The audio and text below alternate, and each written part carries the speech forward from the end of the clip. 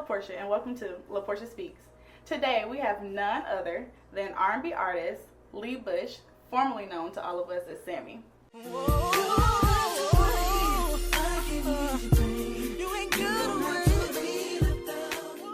How are you? How you doing? Good, good. Okay, so you had a big hit. Yeah. And it was I Like It. I totally loved that song. Thank you. How was it like achieving all of that success at the age of 12? Yeah, I was 12 years young. 1999 to be exact. It was a great experience. You know what I'm saying? To just take your dreams and watch them come into fruition.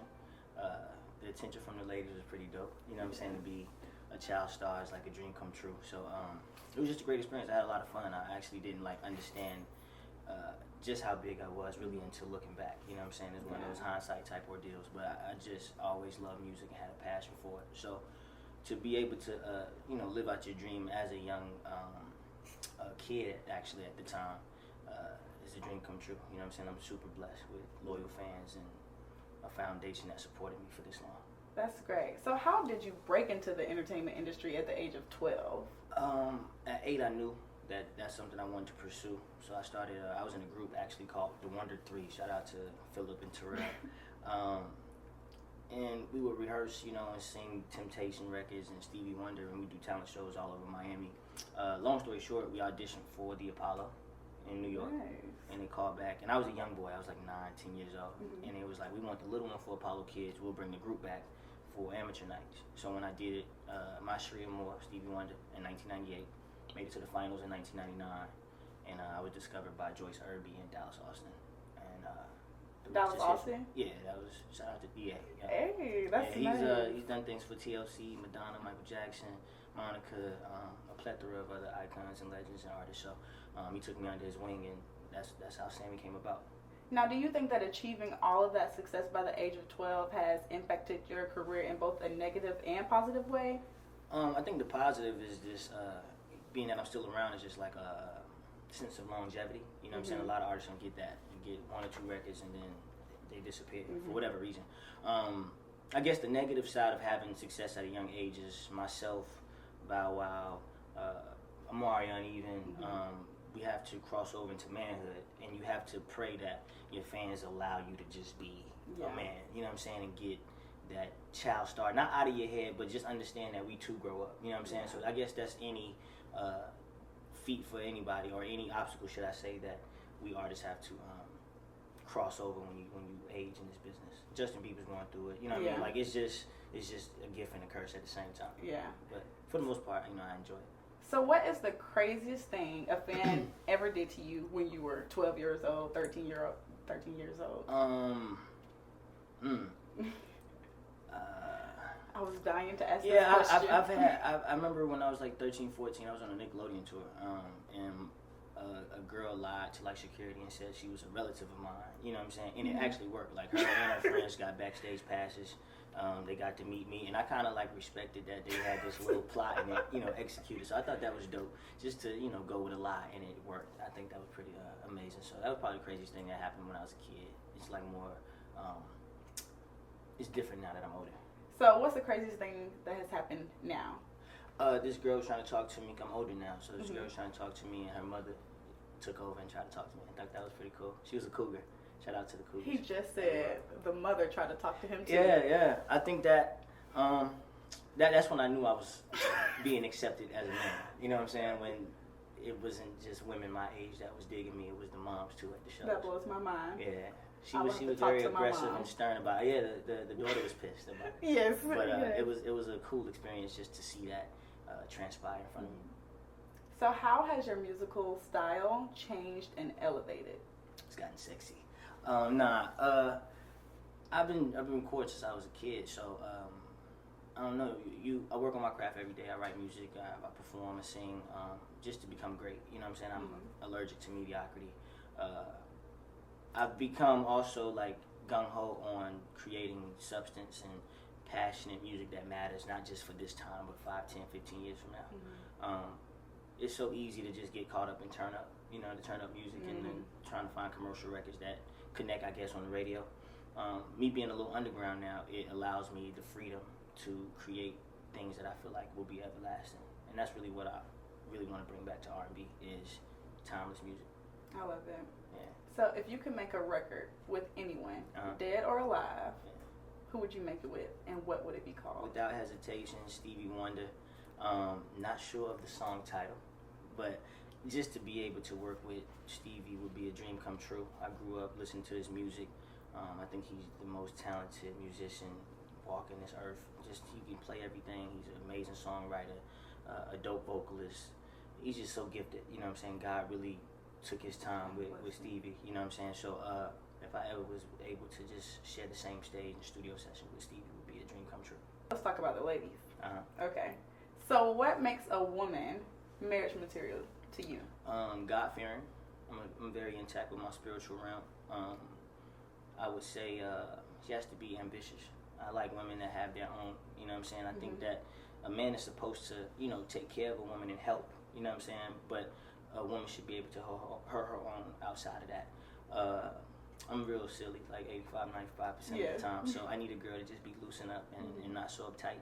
And then understanding, because my schedule is a little crazy. And then my dreams and aspirations aren't far-fetched, but they're big. You know what I'm saying? I need her to understand that, you know, I'm very career-driven and business-oriented. And from there, we can rock. Those like the main 4 elements that she has to have. You named that fast. Like, that was like, he know exactly what he want, ladies. Yeah. So if you could match that up to any female in the industry, just in the entertainment industry in general, who would you pick? I don't have celebrity crushes no more. Yeah, when I was a kid, you know, I thought that me and Beyonce was gonna get married. I knew he was gonna say Beyonce.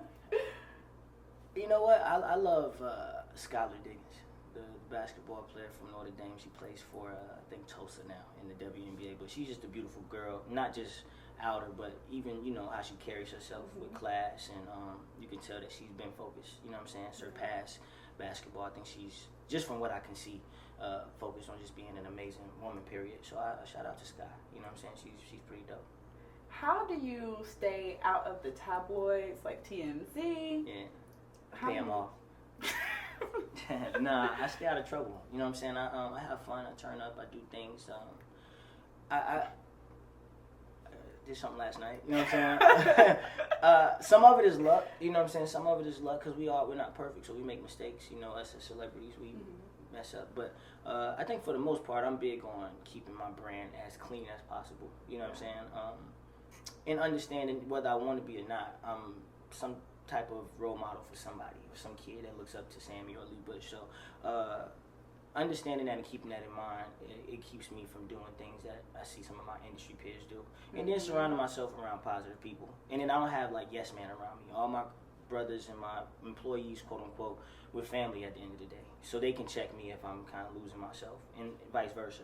And a lot of artists aren't humble enough to allow that in their circle. So, you know, I think surrounding myself around people that really care about me and they have morals and ethics of their own keeps me humble and grounded. Let me tell you what I just loved. I was looking on YouTube, and you were at some nightclub. I think you were celebrating your birthday, and someone asked you to come on stage.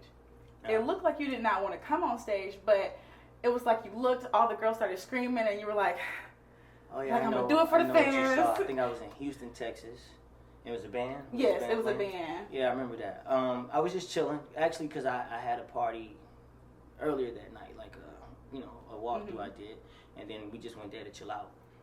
But they realized I was in the building and called me out, and I went out there because the girl spoke. You know what I'm saying? Like, I think when the people want you, you have to give them what they want. You know what I'm saying? Because it's good to be wanted than for them to not care. Yes. If you're a singer, you should sing. If you're a performer, you should perform.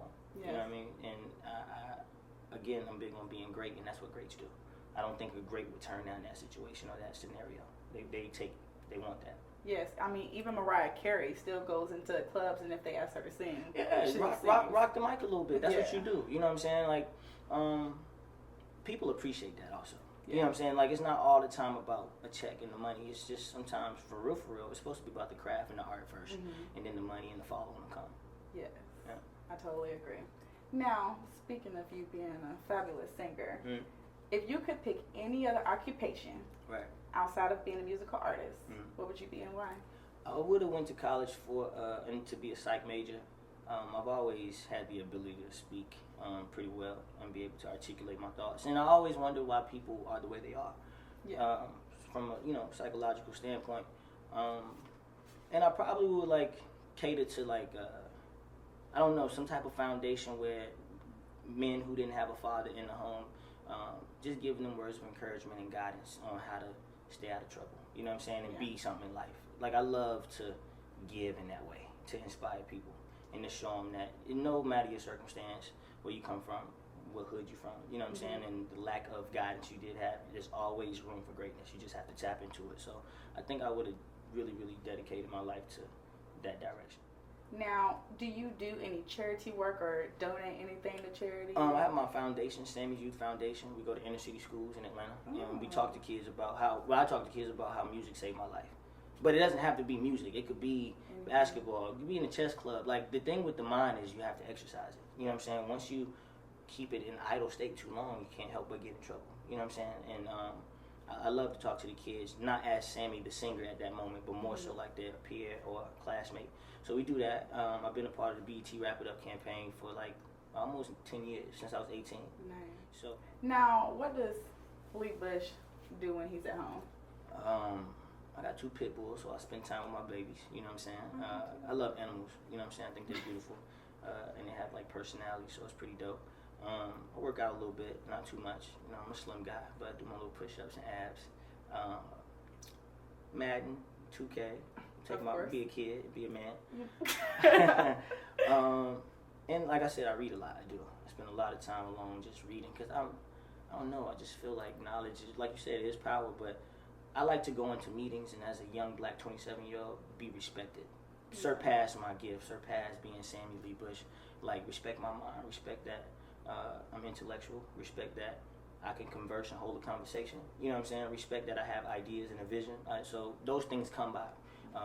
Really, really feeding yourself and tapping into different cultures and different genres of music and all those, that just helps create who you really become. Yeah. So, are you now dropping Sammie? Just explain to your fans a little bit what's going on with Sammie Leigh Bush. Nah, see, I don't ever want my fans to think that because they grew up listening to Sammie. Leigh Bush is just an expansion of the Sammie brand. 27, so the music and the content and the instrumentation even that I'm using creatively now, it's just totally different from Sammie. You know what I mean? It's not so commercial, so to speak. I'm a rebel. Since I'm independent, I can do what I want to do. By that I mean I don't have to chase the club records. I don't have to, and I'm not saying anything is wrong with none of that, by the way. I just don't have to deal with the politics when it comes down to creating my music. And Leigh Bush is that man of passion, substance, and vulnerability. And that's missing in R&B. I think the most vulnerable person you have is like Drake. And I love Drake. But you have to go to a hip-hop genre to get that. So where is that coming from a male R&B singer? Everything is, again, it's either just sex or turn up. There's nothing that makes women be like, you know what, he understands me. Or that's why he thinks the way he thinks. Or that's why my ex did such and such. Like, we need to talk about those things. So that's what Leigh Bush is, just a man that's going to really tap into what women really, really, I feel, need to hear. Okay. Now, I heard that you're going to take me into the studio and try to teach me a few things. Yeah, we're going to lay a few vocals. I'm going to show you how we do it.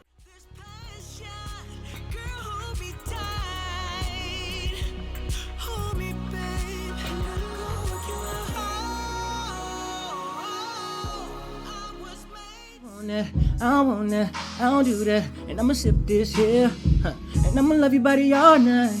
We gon' get love drunk. I'm taking you over, babe. Mess around, catch a hangover, babe. Shawty, we faded. Girl, I'm gonna rock your body. You're not just anybody, and I love it, and you love it. It's just our private party, baby.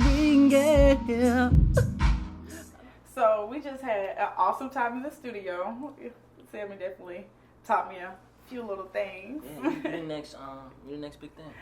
Oh gosh, I wish. Hopefully on the screen. Got it. So tell us about your current project, if you're working on any. Well, right now the Leigh Bush project Part 1, the EP is on iTunes and Google Play. So if you don't have it, please get it. Put it out October 15th to be exact, of 2013. Just to introduce the people to the new sound and the new wave. And it was super dope because it debuted in the top 10. And that's indie, so I think we peaked at number 7. So I'm excited. Nice. So we're working on Part 2. Eros, the Leigh Bush Project Part 2. I'm going to drop it this fall. I like to come out during that season too because I feel like the love music is sets the tone for that season. So, you know I cannot let you leave this interview without you mesmerizing me with your beautiful voice. I need some auto-tune. Look, one of the one artists in the world that don't need auto-tune. Nah, it's like, everybody needs somebody, someone to love, 'cause no one wants to be alone. We ain't built like that, no. I'm open, baby. I'm gonna jump with no parachute. Will you catch me? Yeah.